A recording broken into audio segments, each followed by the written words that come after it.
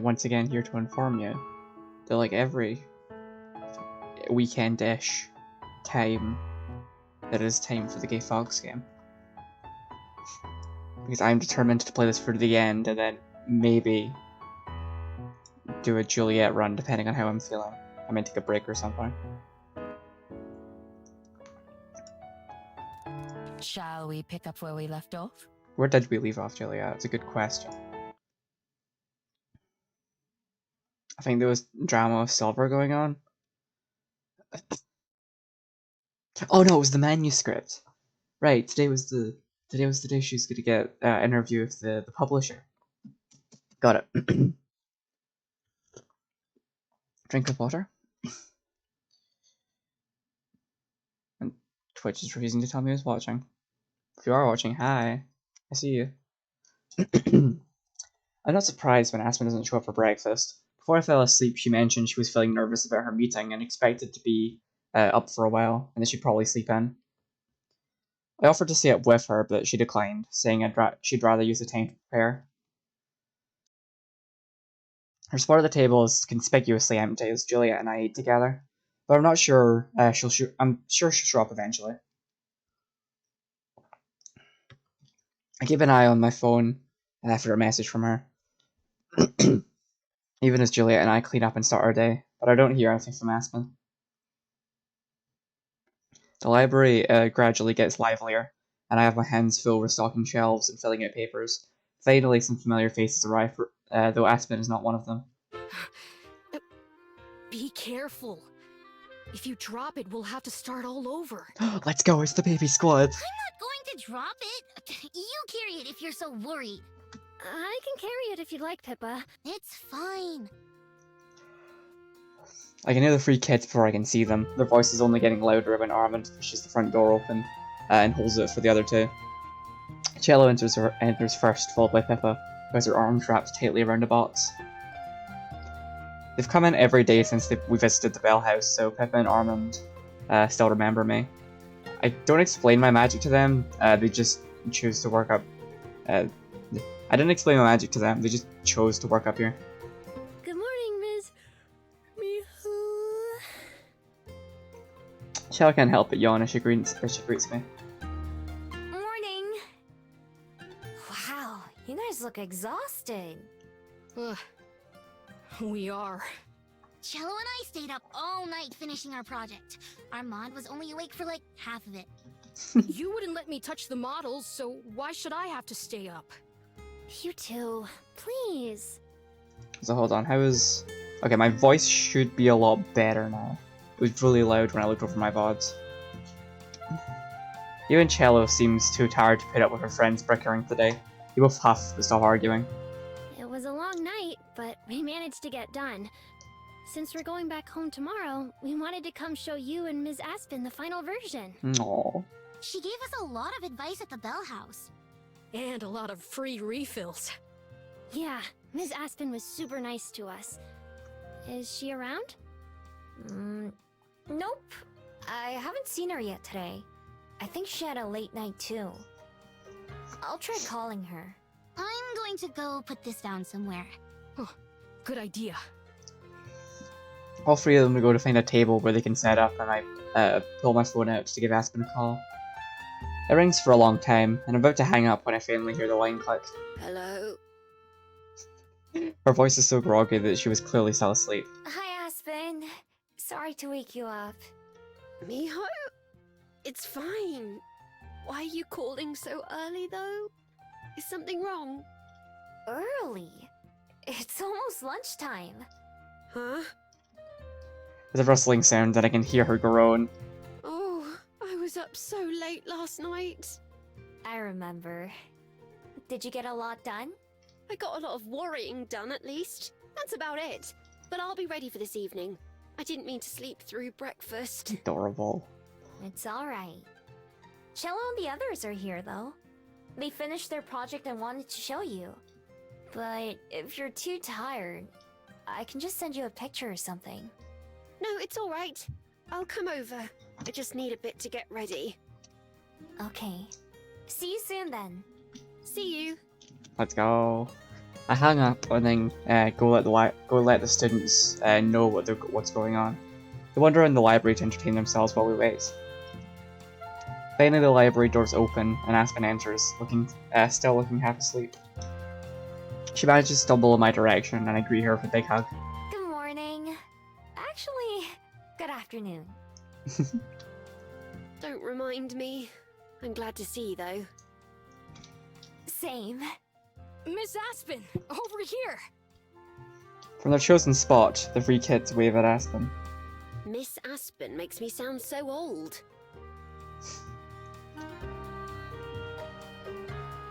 She grumbles quietly enough that only I can hear, but she puts on a smile as we go over to the table.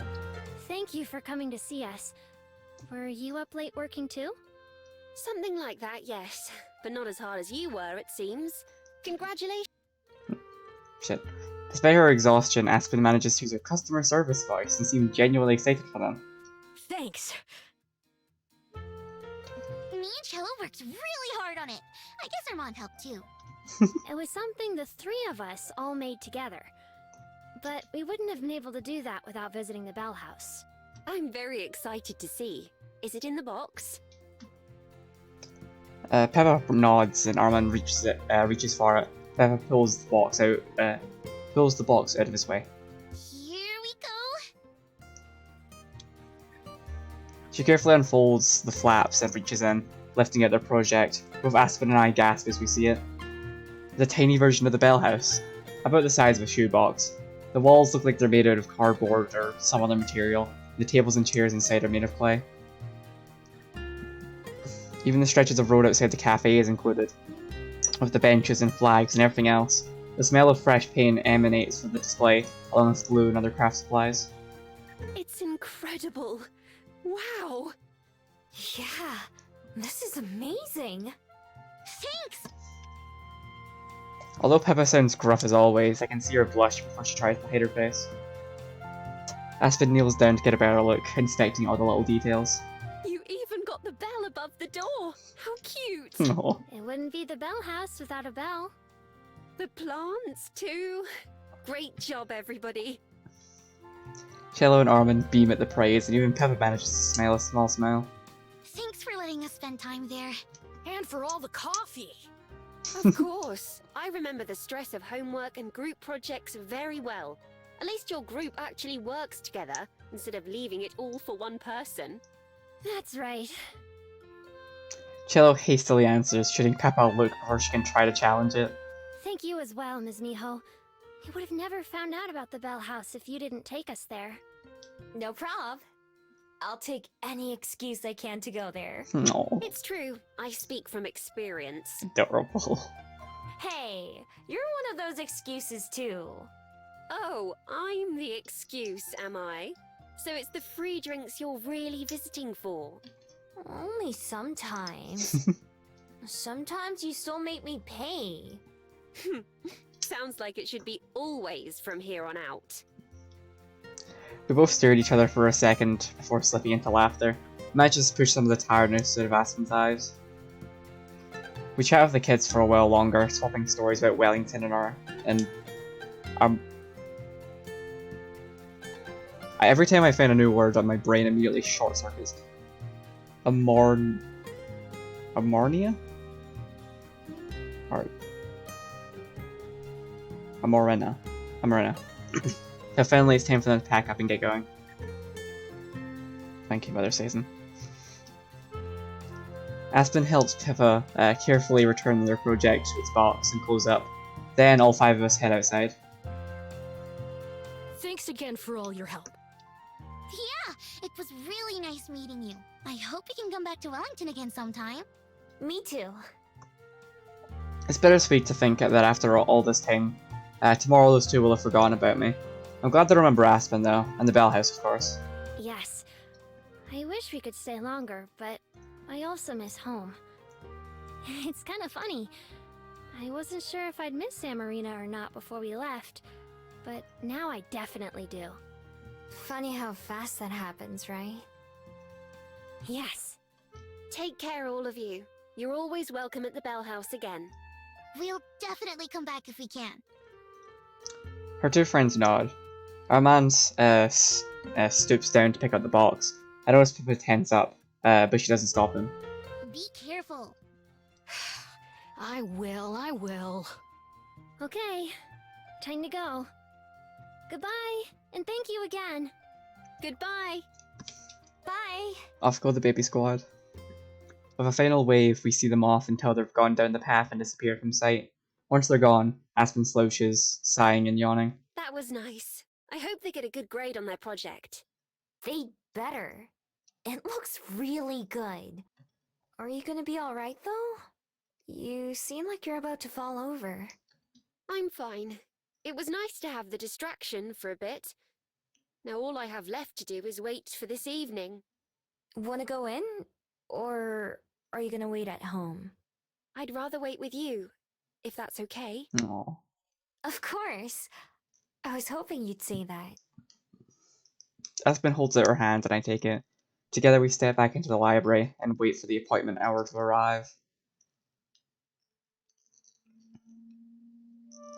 I sit on a bench with a book in my lap, pretending to read it. In reality, I'm not even trying. I'm watching Aspen. I'm watching the plaza across from me where Aspen's sitting at a table alone. I offered to sit with her, but she declined, saying this was something she needed to do alone. Still, she knows I'm watching, even if I'm too far to hear. Pulling my phone out of my pocket, I slowly type a message wishing Aspen good luck in sending it. For a distance, I see her check her phone, and an instant later, I see a few heart emojis in response. They're just too cute.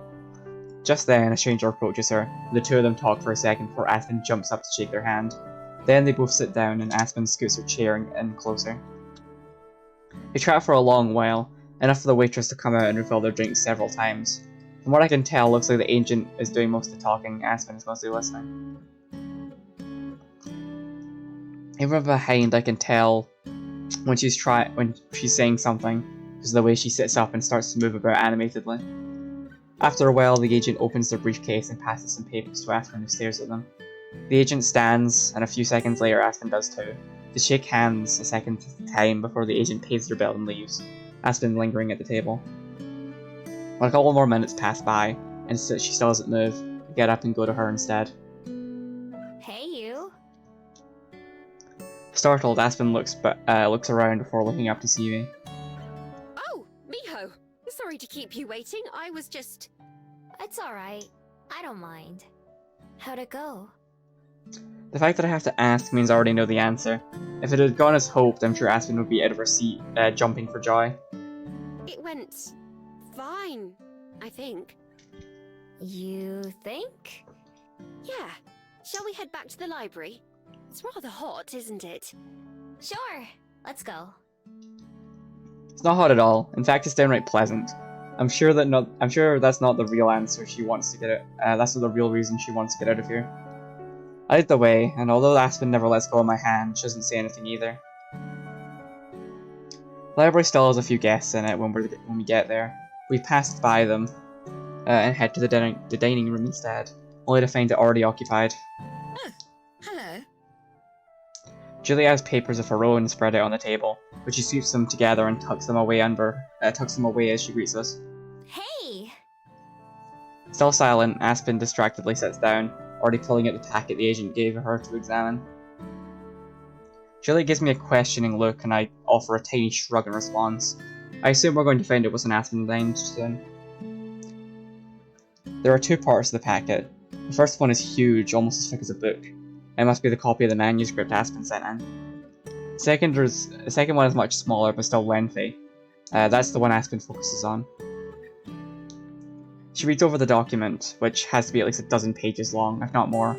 Even worse, the printed words are really tiny. Finally, she puts both bundles into her bag, chewing her lip before speaking. I think I can do this. Do what? Aspen snaps her attention to me, like she just noticed she's not alone. Oh, I'm sorry. I spaced out. Yeah, we could tell. It's quite all right. It's clear you have a lot to think about. Yes, well, hopefully I've got most of the thinking out of the way. She slumped back, shoulders rising and falling as she sighs. They said it needs a lot of work, which is understandable. I already knew that from all the rejection notices. I hadn't realised the scope of the issues, but fortunately they did. When I saw all the markups, I was taken aback at first. It made sense when I thought about it, though. They're a publisher for a reason, and as a first-time author, I want a publisher for a reason. So it needs a lot of work. A lot of rewriting, really. But they encouraged me to fix it up and then resubmit. They asked me to make my decision by Halloween, so I have a few weeks to think it over. But I think I'd be a fool not to do it, right? I mean, that's one of the big questions of creativity, isn't it? Just like in general. Aspen looked at Juliet and me in turn, and from her knitted brow and small frown, I can tell Juliet is thinking the same thing I am. You don't sound convinced. But yeah, if you put your heart and soul into a story, and then it's like, I hate it, change all of it for me. It's a big decision. Surely you don't need to make it right away. Why not take advantage of the time they gave you to think about it? I don't have to decide right now. But if I just let myself think about it too long, I'll never do anything. I've learned that the hard way. Besides, Her voice drops and face falls.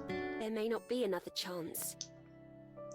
I follow her gaze, tucked into her bag, near where the papers. I follow her gaze, tucked into her bag near where the papers from the agent were stuffed. I can see the corner of several more empty envelopes. More for Aspen's collection. She catches me looking, and I nudge the bag nudges the bag shut with her foot. I suppose you're right, though. I should give it a bit more thought. It can wait until after the weekend, at least. Relieved, Juliet nods. I think that's a wise idea. We spent the rest of the evening together, chatting and having a good time. None of us mentioned writing or Aspen's book again, including her. Still, there's something in the way she talks and laughs, like she's only half listening. I had hoped that her meeting would make Aspen feel better and relaxed again, the way she was on her date to the gardens. Instead, it seems like it's done the opposite. It's hard to see her struggle. I know there's something I could do, but I'm the least qualified person to give Aspen advice on something like this. I don't know anything about books or writing or publishers. I don't know how important writing is to her, and how many of her dreams revolve around it. I know how hard she's worked and will keep working. No matter what, I already know it's something she'll have to decide for herself, with or without my advice without advice from Juliet and me. Of course, I'll support Aspen no matter what she does. I just hope that whatever decision she makes, she won't end up regretting it later. By the time Aspen has to head home, she's perked up a little bit, but not enough to make me stop worrying about her. Still, she said goodbye with a kiss and a smile, and a promise to come by in the morning. Right now, that'll have to be good enough for me.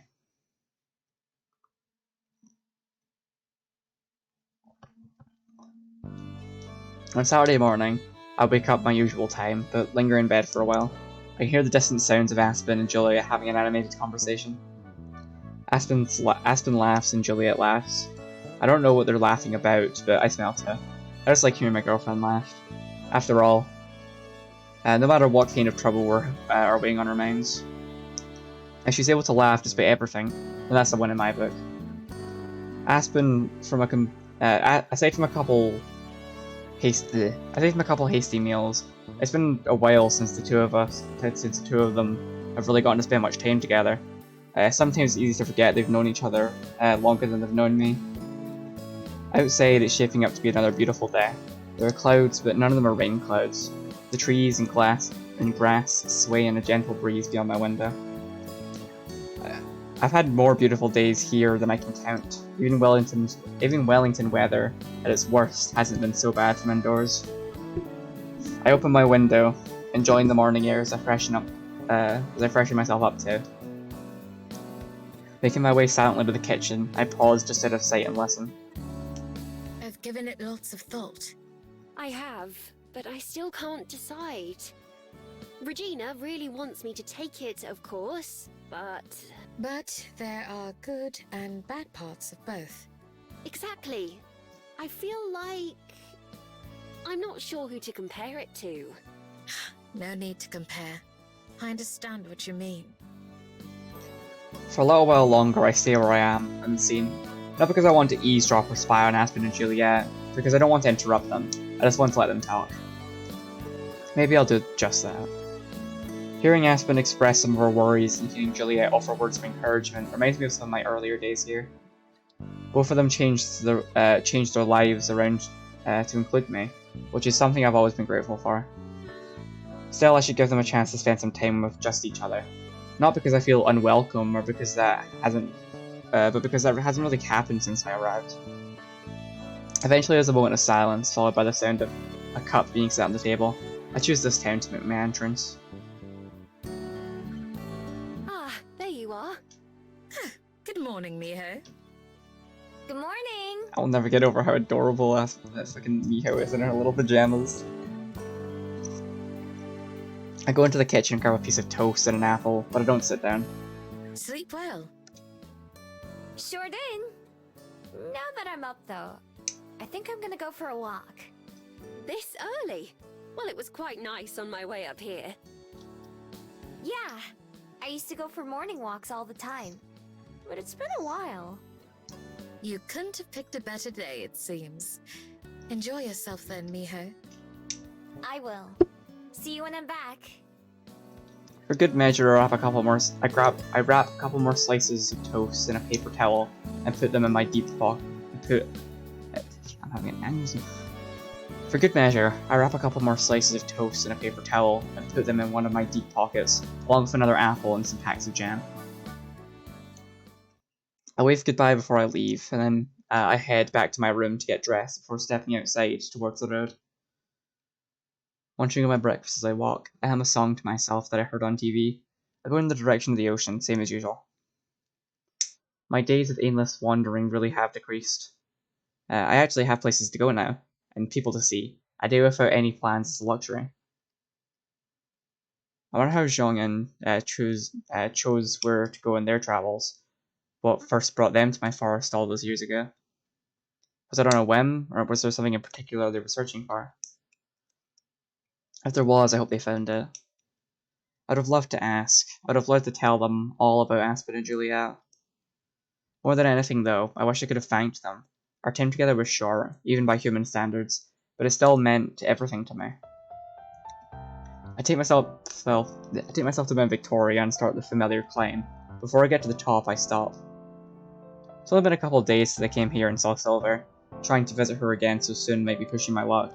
Then again, so is trying to visit her at all. The lukewarm toast and apples in my pockets aren't much, but if she lives anything like I did, she'd still probably appreciate them. Even if she doesn't say it. Let's go. I'm honestly getting kind of invested in like the Silver plotline. I want to see this baby. I want her to be happy as well. She's adorable. Instead of transforming, I stay on 2 feet, heading in the same direction I went last time. I'm not too concerned about finding her. If she wants to be found, she will be.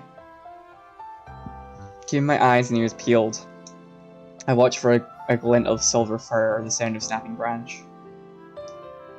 When I finally spot her, it's purely by accident. Once again, she's in human form rather than a fox. For back to me, she kneels at the edge of a patch of grass, attention focused on something I can't see. She doesn't move as I approach, although I'm sure she knows I'm here. Be careful. I halt, still a few feet away. At least she didn't call me dog. What is it? I approach delicately, scanning the ground before every step. Finally, I arrive behind her and look down to find my answer. A bird about the size of my hand lies on its side in the grass. It's alive, but clearly injured. What happened to it? This one was blown from its perch in the tree. For whatever reason, it was too weak to fly. Now, its leg is broken. It won't be long until it dies. I look down, see that Silver's right about his injury. He struggles to flap his wings and he can't even push himself into a standing position. Poor thing. I kneel down beside Silver. You were trying to help it, right? She scoffs. It is beyond help. Such is nature's way. I simply thought to put it out of its misery. You didn't, though. Silence. Before doing anything else, I reach in my pocket and pull out the food I brought with me, holding it out towards Silver. Here. I brought you this. She looks at it, but doesn't make any moves to accept it. What is this? Poison? It's an apple. And some toast. It's not poisoned. I ate some myself. Ooh, and this. I have to dig all the way down to the bottom to find the little pack. Grape jelly. Silver stares incredulously, like I'm trying to give her, well, poison or something. I set the food down by her knees and turn my attention back to the bird. Let's get you some help, Birdie. I cut my fingers together and reach for the bird, which finally gets a reaction from Silver. What are you doing? Her voice is sharp like a knife. I'm going to take this guy back home. I may not know what to do, but I'm sure Aspen or Juliet will. It's better than just leaving it out here to die. Why? It's weak. Even were it to survive today, it's only a matter of time before something else claims its life. So what? I'm sure that time still matters to it. Both of us can relate, right? As gently as I can, I slide my hands around the struggling bird and scoop up the poor little thing. Its beady eyes look around frantically, and I can feel its tiny heart pounding in its tiny chest. I start heading back towards the library as fast as I can. Before I get very far, there's a noise from behind me, and I look back to see Silver following me, an empty paper towel dangling from her hand. Smelling to myself, I keep walking. Oh, let's go. I'm desperate to see this girl have a redemption arc. When I step from the woods back into the path, I expect Silver to have disappeared.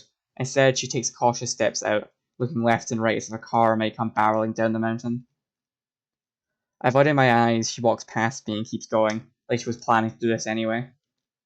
When we reach the base of Mount Victoria, she's a few meters ahead of me. I clear my throat loudly to get her attention. It's this way.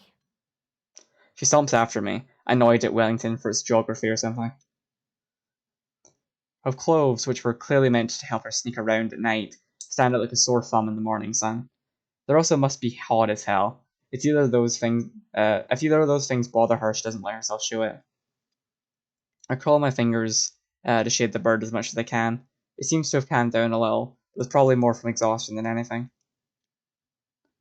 When we reach the library, Silver trails far behind. I wait at the entrance, not sure if she's coming in or not. I don't ask, she'll do what she wants either way. After a moment, she walks up the hill and joins me.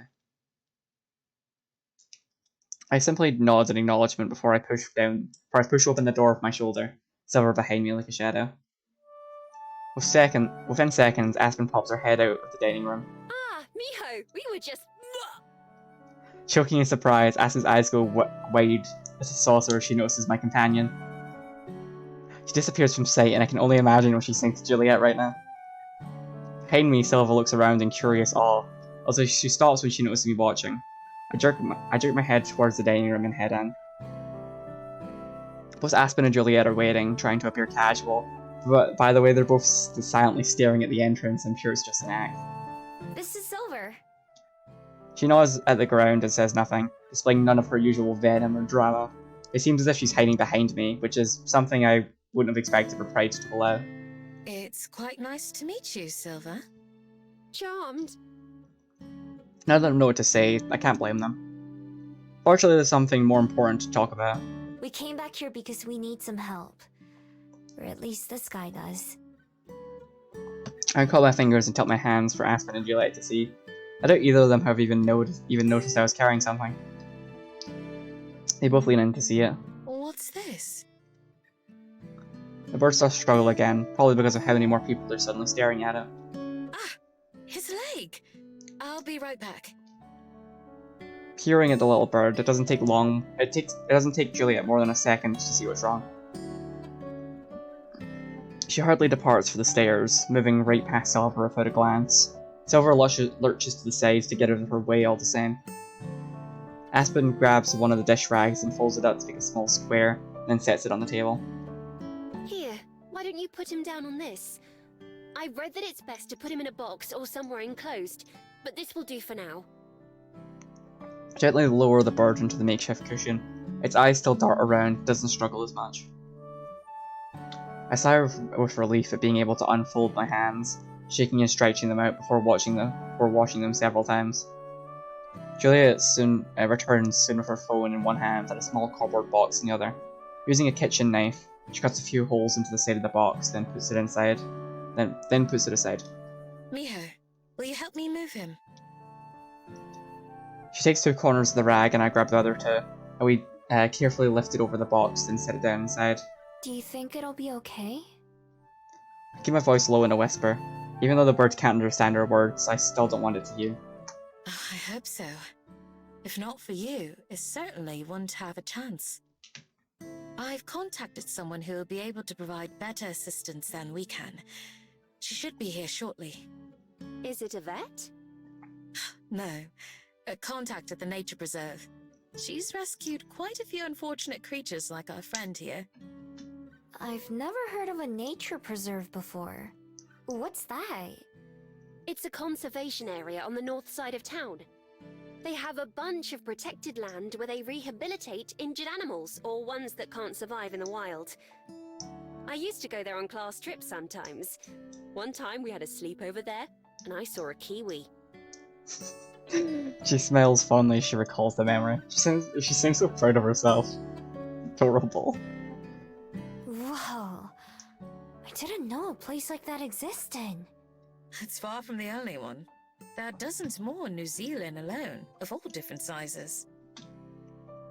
Looking at the box on the table, I can't help but feel a little bad for our friend. He's probably never going to see his home on Mount Victoria again. He doesn't even get a say in it. But where he's going doesn't sound half bad. Like Juliet said, he probably wouldn't have even survived if he'd been left on his own. If not for me and for... Silver? I was about to say, what the fuck is she? Ollie now realize that she's gone. Oh, I didn't even notice her leave. She's like that. I go out into the hallway, looking up the stairs and around the room for her. The front door is open, but only a crack. Something's keeping it from closing. Walking over, I spot something on the floor, jammed between the door and the wall. It's the gnarled core of an apple, wrapped in a breadcrumb-covered paper towel. Laughing, I pick it up and throw it in the trash, slamming the door shut behind me. Oh, off she goes. In the dining room, Aspen and Juliet are both seated again. It's far past Juliet's bedtime, but she looks as awake and alert as I've ever seen her. I sit down too, waiting for the question that I know is coming. It doesn't take Aspen more than 2 seconds. So, who exactly was that? Obviously she was a Gumiho, but... Take a deep breath and try to think of where to begin. It's a long story. You know that's my favourite kind. Nodding, I finally settle on where to begin. She used to be a fox, just like me. When bedtime rolls around in the evening, I'm more than ready for it. Climbing over the bed to reach the window, I pause for a moment to enjoy the breeze. I kept it open all day. As I reach up to pull it shut, the wind intensifies just a moment. The flowers on my desk shake and my scroll rolls off the edge and onto the floor. I slide the window closed with a dull thud, then pick up the fallen parchment. It's been a while since I opened it, but I still know every crease and rough edge by heart. Unfolding it, I stare at the familiar but unfamiliar scrawlings. What would that guide at the museum exhibit have thought if they saw my scroll? Could they have read it? Well, they probably would have thought I stole it from somewhere. No matter what it says, it's probably got more use. It's probably got more use out of it. I've probably got more use out of it than Zhongyan ever expected. What kind of poor person gives a scroll to a fox? Then again, that was part of what made them so special. My phone buzzes and I set the scroll back down as I see Aspen's picture appear. Hey! Hey, you weren't in bed yet, were you? Nah, not yet. Soon though. Well, I won't keep you up. I just wanted to say goodnight again. and that I love you. Adorable. I love you too. But I don't mind staying up. Is everything okay? You hear the sound of Aspen's blankets and an annoyed meow as she moves around on the other end. Yeah, I'm fine. I couldn't fall asleep, thinking about all the editing I have ahead of me. Today was nice, though. I'm glad I got to see you and Juliet. And Silver. Me too. And the bird. Aspen laughs. Right, and the bird. Earlier I told her and Juliet about the other times I'd met Silver, and some of what I learned about magic. I kept the details of her past secret though. It isn't mine to talk about. I'm sure he's very glad he met the two of you as well. Yeah, well, I couldn't just leave it there.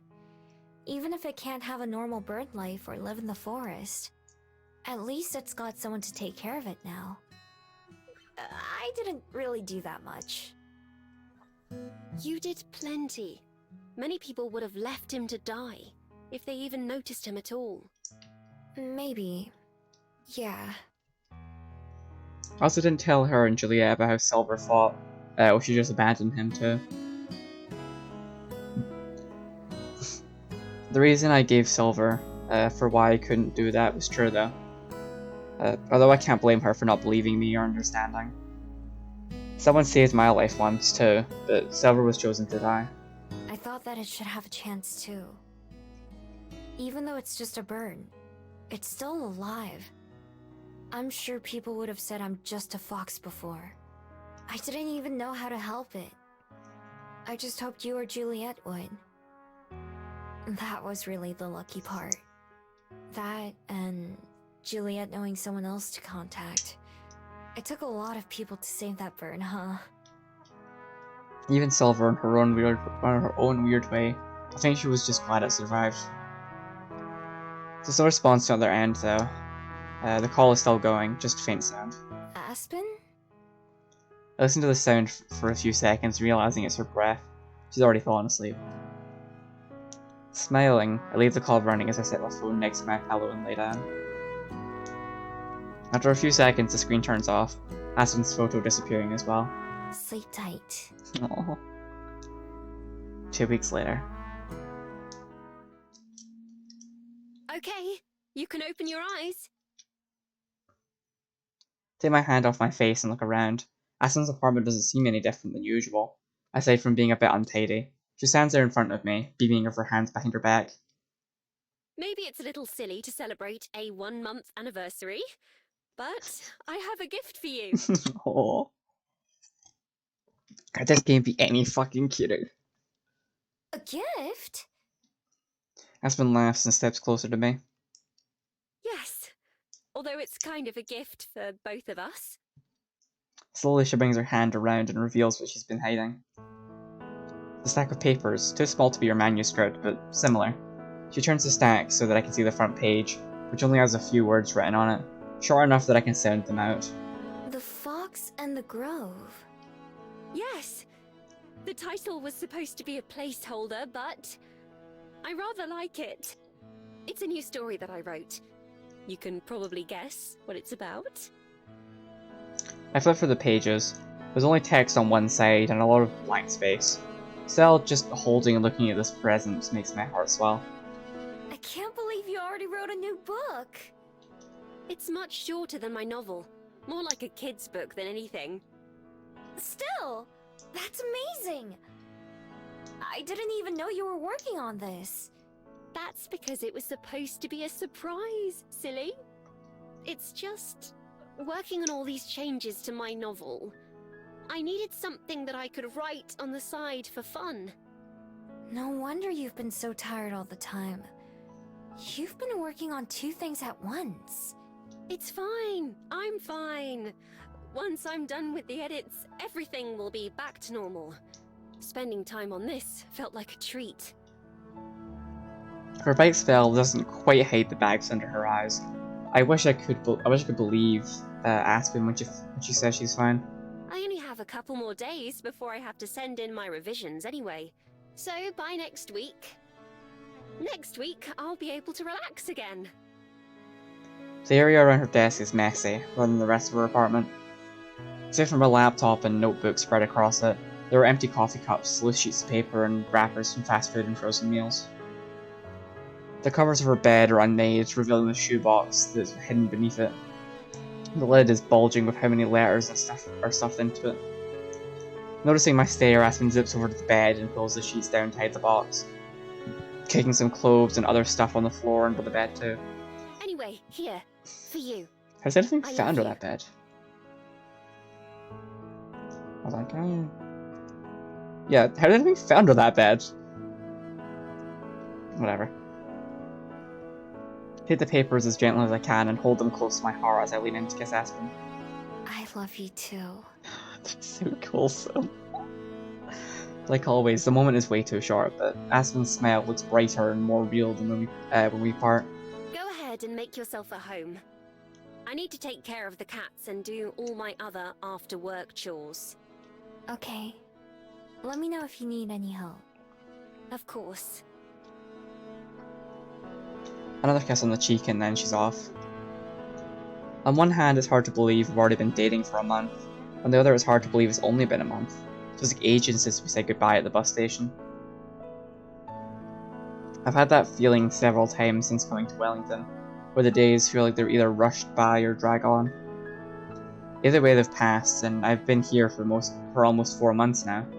It's not the longest I've lived in one place, but I'm sure that at some point I'll pass my record. I kick off my shoes and lay back on the bed, staring up at the ceiling with Aspen's notebook on my chest. Everything around me has the faintest trace of Aspen's perfume, one for ever-present smell of coffee. The blankets, the sheets, the pillows, all of it. Even out of the room, her presence is all-encompassing. From the bathroom, over the sound of the running shower, I can hear Aspen singing to herself. I wonder if she knows I can hear her. Or if she's doing it because she knows I can hear. Although her singing voice isn't the best, it's surprisingly clear and stable. I like listening to it just because it's hers. Right when I'm about to sit up, one of Aspen's cats, I think Byron, hops up on the bed beside me. I expect him to run away as soon as he recognizes me, but to my surprise he doesn't. He sniffs at my ears and my tail, but then cautiously nuzzles my face. Aww. Hey, buddy. I reach out to try and pet him, but that turns out to be too much and he darts away. Oh well, it's better than last time. I just noticed Aspen's little heart pillow. That's adorable. I move back to the floor with my back against the bed, setting the papers in my lap. They're stapled together at the top, but I'm afraid to tear or damage them. Even though I know Aspen could print another copy, something special about this one. It's the one she made just for me. I make sure there aren't any other cats around who might cause any issues, and then turn to the first page. In the middle of the forest was a grove. In the middle of that grove was a log. It had been years since it had fallen. Once one of the proudest trees around, and now in death was home to an abundance of life. They say a long time, probably longer than it should to read through, but it's not just my slow pace with the words. It's also the memories that they call to mind. I can picture exactly what that log looks like. If I close my eyes, I can smell the damp grass and feel the breeze of my fur. Seeing Zhongyun's words written out brings a lump to my throat. I carried them around in my head for so long, but before I even understood them. Now seeing them written down, they'll last forever. Some of the details are different from reality, and of course Aspen's book doesn't use any names, but it's still my story. Back when I first met Aspen, I told her I didn't have any story to tell. Now reading it back to myself, I can kind of see why she found it so interesting. Maybe there's always been more to me than I thought. Eventually Aspen emerges from the restroom, her hair still wet. Spotting the papers in my hand, she approaches with a smile. Hey, no dripping! Oops, good save. I can't let my favorite book get ruined after all. Aww. Favorite book?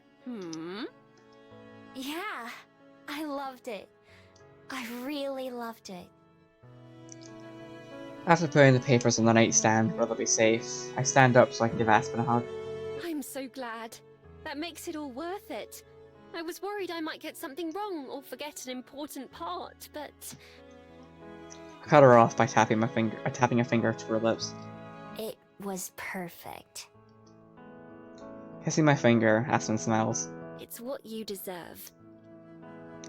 Aspen goes to dry her hair, then bustles around, finishing up her chores before returning to my side. Leaning against me, she yawns. You should go take a nap. Even without the yawning, it's clear she needs rest and hasn't been getting much. I can't nap. You're here. Besides, I haven't done any of my writing for the day. Wouldn't you write better if you're not tired? I haven't been not tired for years. And what about you? What about me? I'm fine. But if I'm asleep, then that's less time that I get to spend with you. We're still together. It'd be the same as if you were writing, right? You have a point there. I sit down on her desk chair, blocking off her computer and crossing my arms. Melodramatically sighing, she lays down on the bed but still faces me. All right, if you insist. But only for half an hour or so. If I ever sleep, you better wake me up before you leave, alright? Okay. I have zero intention of waking her up. She gives me a doubtful eye. I mean it. No slipping out silently so you can let me sleep, or any nonsense like that. I won't. I promise. Removing her glasses. Oh no! Hold on. Aspen with no brim.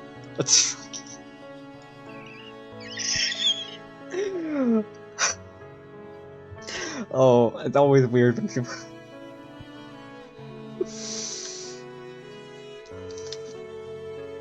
Oh, hold on.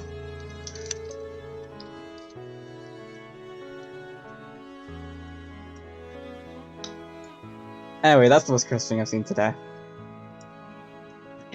Removing her glasses and putting them on the nightstand, Aspen offers me one last smile. Good. Putting the blanket up to her shoulders, she rolls over to face the wall. Doesn't even take a minute before I can hear the shifting in her breathing. She's out like a light. Just like on the phone. Half an hour comes and goes while I watch videos on Aspen's computer or reread the book she wrote for me. Of course, she shows no signs of waking up anytime soon. Good. She needs the rest. I won't wake her up, but I won't break my promise either. It's simple. If I can't leave until she gets up, then I just won't go. I can entertain myself and time passes by. Byron the cat gets bold enough to try approaching me again, and Percy comes with him too. We sit down in unison near my feet. Here, kitties! Holding out my hands, I stretch my fingers as far as possible. They stare for a moment before one, and then the other gives me a curious sniff.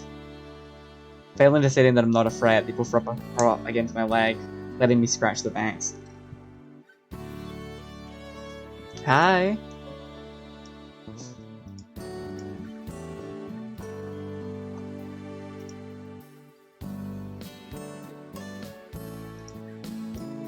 Welcome to the stream, we're playing Please Be Happy. It's because this game is melting my heart perpetually. Also, it's very important to let the cat do the sniff test. When it approaches, they will sniff the hand, and then you can pet. Very important. The fur is soft and fluffy, like petting a pillow. They go back and forth around each other, suddenly not able to get enough attention. It is adorable, you have no idea. Well, it's not like I don't know how that is. Night falls, and even I start to get tired too. Aspen hasn't moved at all, other than to toss and turn occasionally. Send a quick message to Juliet to tell her where I am, and set my phone down next to Aspen on Aspen's upper nightstand, beside the printed pages. It all feels very normal, but in a good way. The little fox in her grove could not have dreamed of the things she'd one day see. Planes, phones, apartment buildings. All she knew of humans was a kind touch and a piece of paper. In some way, that little fox never changed. Moving as carefully as I ever did to the middle of a heist, I flick off the lights, half expecting the sudden darkness to disturb Aspen, but she doesn't budge at all. Same goes for when I climb in bed beside her. Oh, God, sweet. I wrap my arms around Aspen, dragging my tail across us both. I move silently and curse myself silently. I must not have been careful enough. Miho? Her voice is less than a whisper, it's barely a breath. I'm here. Hmm. Good.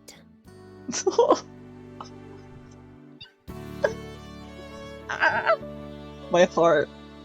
Straight for the heart. Within seconds, she's fallen asleep again. Before I myself drift off, there's a soft thump on the bed beside me, and a second one. Something warm and... Oh, oh god. Give me a second. Okay, I'm good. Something warm and fuzzy rests against my back, and then another near my leg. I crane my head to look at the cats. They're both curled up into a ball, paws near their face, just like their owner. Byron stares at me in the dark, probably wondering why I'm looking at him. Stating he doesn't care, he closes his eyes like Percy and Aspen. Feeling more content than I ever remember, I shut my eyes as well and drift off into sleep.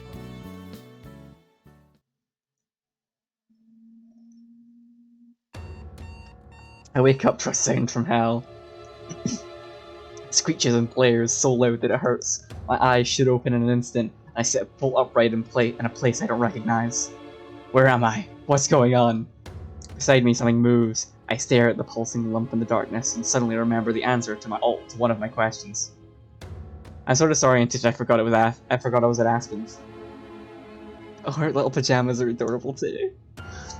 She rolls over onto her other side, not reacting to the sound. Instead she looks confused for other reasons. Miho? I nod, too tongue-tied to know what to say first. Pushing herself up on one arm, Aspen reaches all the way across me and fumbles around until she grabs her phone. As she pulls it past my face, I realize it's the source of the noise. She presses something on the screen and the sound disappears. With a groan, she drops her phone into the blankets between us. Time to wake up. My racing heart begins to slow back down. It's just her alarm clock. Duh.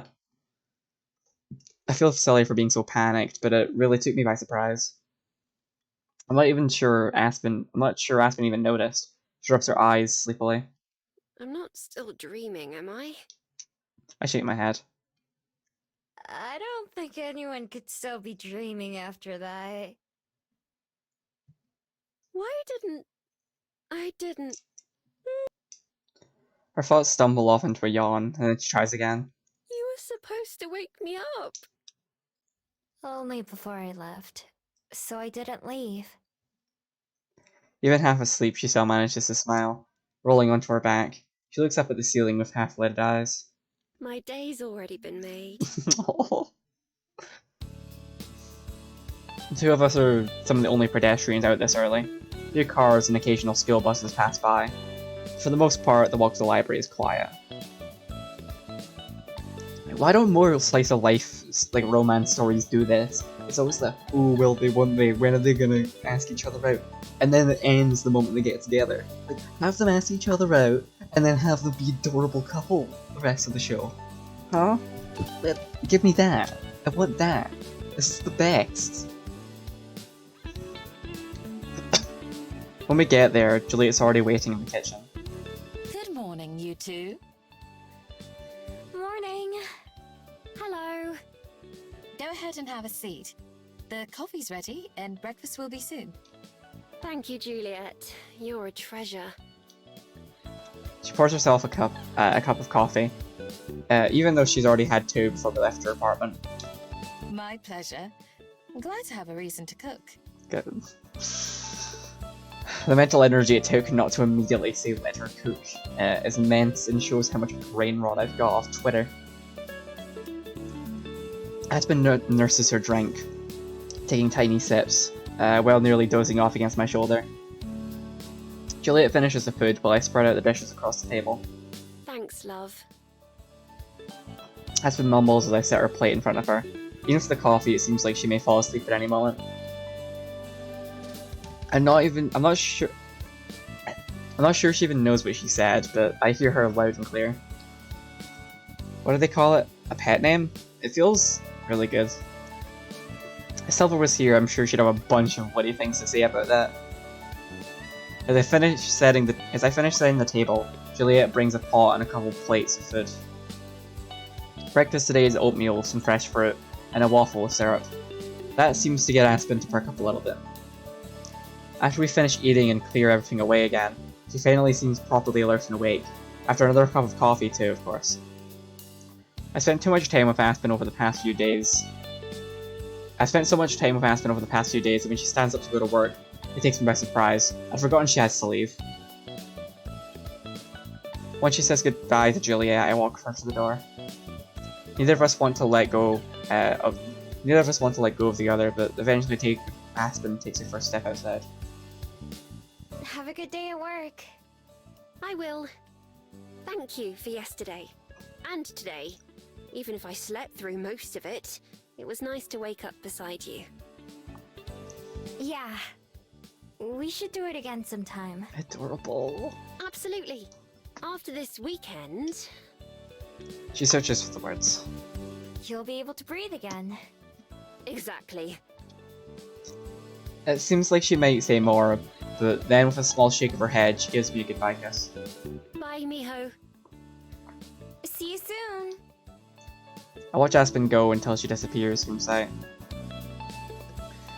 I go back to the kitchen to grab a drink, and I'm surprised to see Juliet still sitting at the table. I'm so used to her going to bed when Aspen leaves. Now you're gonna be extra tired too. I sit across from her, and she chuckles, but there's real concern in her eyes too. So, I wasn't imagining it. Is she alright? She's... Not getting enough sleep, stressed out, pushing herself too hard. She's Aspen. Juliet really laughs. Yes, fair enough. From the moment she told us about that conversation with her editor, I worried that something like this would happen. Which part? How'd you know? Juliet collects her thoughts before answering. Before we met you, that book of hers was all Aspen could really think about. Even when we discussed books by other authors, it always came back to her own stories. And yet, for all the conversation and all the advice, I couldn't begin to tell you what her book is even about. Could you? To be fair, I don't think we've ever gotten an answer what her book's about. I shake my head. I don't know anything about it either. I thought not. Do you remember a few weeks ago when she first told us she'd sent in her manuscript? Yeah. She was going to surprise us with good news, but changed her mind. Indeed. At first, she didn't want us to know until she had the contract in hand. In other words, until she was sure it's good enough. She feels she has so much to prove, not just to herself, but the world. Chasing perfection that's unattainable. So much of her heart and soul has gone into those pages that I can't help but imagine she takes every rejection personally. To be fair, doesn't everyone? Like, when you work so hard on something, even like the smallest bit of criticism is at least a little painful. As rejection of her, and not just her work. Because in Aspen's eyes, I believe they're one and the same. She said that this could be her only chance, and that's why she has to take it. To Aspen, who's only ever seen one pathway forward to the future, I'm sure it seems that way. Even if from the outside, to you and I, that so clearly isn't true. There's a bunch of other stuff she's good at too, besides writing. Like running a cafe or doing research. Those are things that even I know are useful.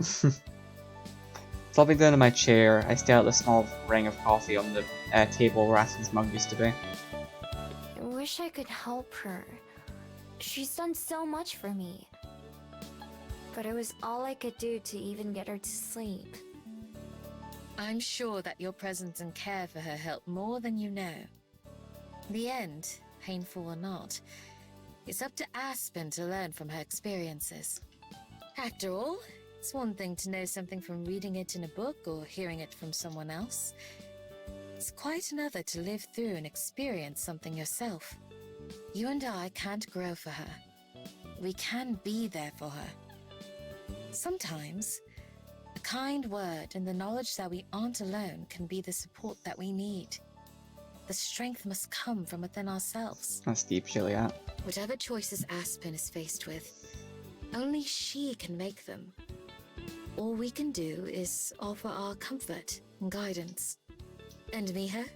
I look up from the ground, meeting Juliet's gaze. Although she's not angry or upset, she's unusually serious.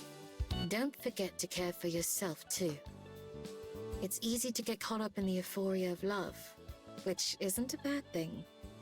But just as you cannot live Aspen's life for her, you cannot live your life solely for her sake either. By all means, love passionately, and deeply, and recklessly. But don't forget to live for yourself too. I find myself on the verge of saying I know, but catch myself. Instead, I just nod, because I also know that Juliet herself has been through. I also know what Juliet herself has been through to find herself offering that advice. With a smile returning to her face, Juliet's serious demeanor lightens a little. Well, now that I've prattled on for a while, I do think I'll get some rest of my own. I managed to smile back. Sleep tight. Thank you. She starts to exit the kitchen, but then she passes me. But when she passes me, Juliet pauses, then backtracks a step. Perhaps it was just the light, but is there something different about your bead? Ooh. Huh? Lore? I don't even look at the necklace. I haven't even looked at my necklace today. I take it off to see what Juliet's talking about. It's still glowing, but more or less, but no more. It's still glowing, but no more or less brightly than it was yesterday, I think. But turning it over in my hand a few times, I noticed something. Sure enough, she's right. It's cracked. There's a hairline fracture running along There's hairline fracture running across part of my bead. It's so small that at first it looks like an eyelash or a piece of dust. But when I rub my finger over it, I can feel this little ridge, as well as a light tinging sensation like my fingertips are falling asleep. May I see it closer? Hold out the necklace for her, angling it so she can see as clear a view as possible. Of course I can't let go, or it would go right back around my neck. Juliet starts to reach one hand for it, but then changes her mind, instead just leaning in close to examine. Finally, she shakes her head. Unfortunately, I can't discern anything more than the obvious. Your magic remains foreign to me, like a book in an unknown language. Can't help but be reminded of the scroll upstairs. What do you think it could mean? For a long moment, she's quiet, even before asking I know the answer. I don't know. But I don't think it's coincidence or random. Me either. I'm sure the frustration in my voice is obvious. It's always questions, and rarely any answers. It's getting harder and harder to push them from my thoughts. Rather than repeat her goodbyes, Juliet places a reassuring hand on my shoulder. I have faith that when the time is right, you'll know what to do. Trust in yourself. The same way you look at Aspen and don't understand how she undervalues herself. Slow progress is still progress. I nod and she goes off to bed. Progress. I just wish I knew what I was progressing towards. And with that, we shall end the stream for tonight. Thanks for showing up, guys. I would love to continue, but it's past midnight already. And I should go to bed soon. I don't know what I'm doing tomorrow. I'm definitely streaming Sunday. We'll see about tomorrow. Probably I'll be able to fit it in. I do have a lot of college work to do. We'll need to see though. Good night, guys.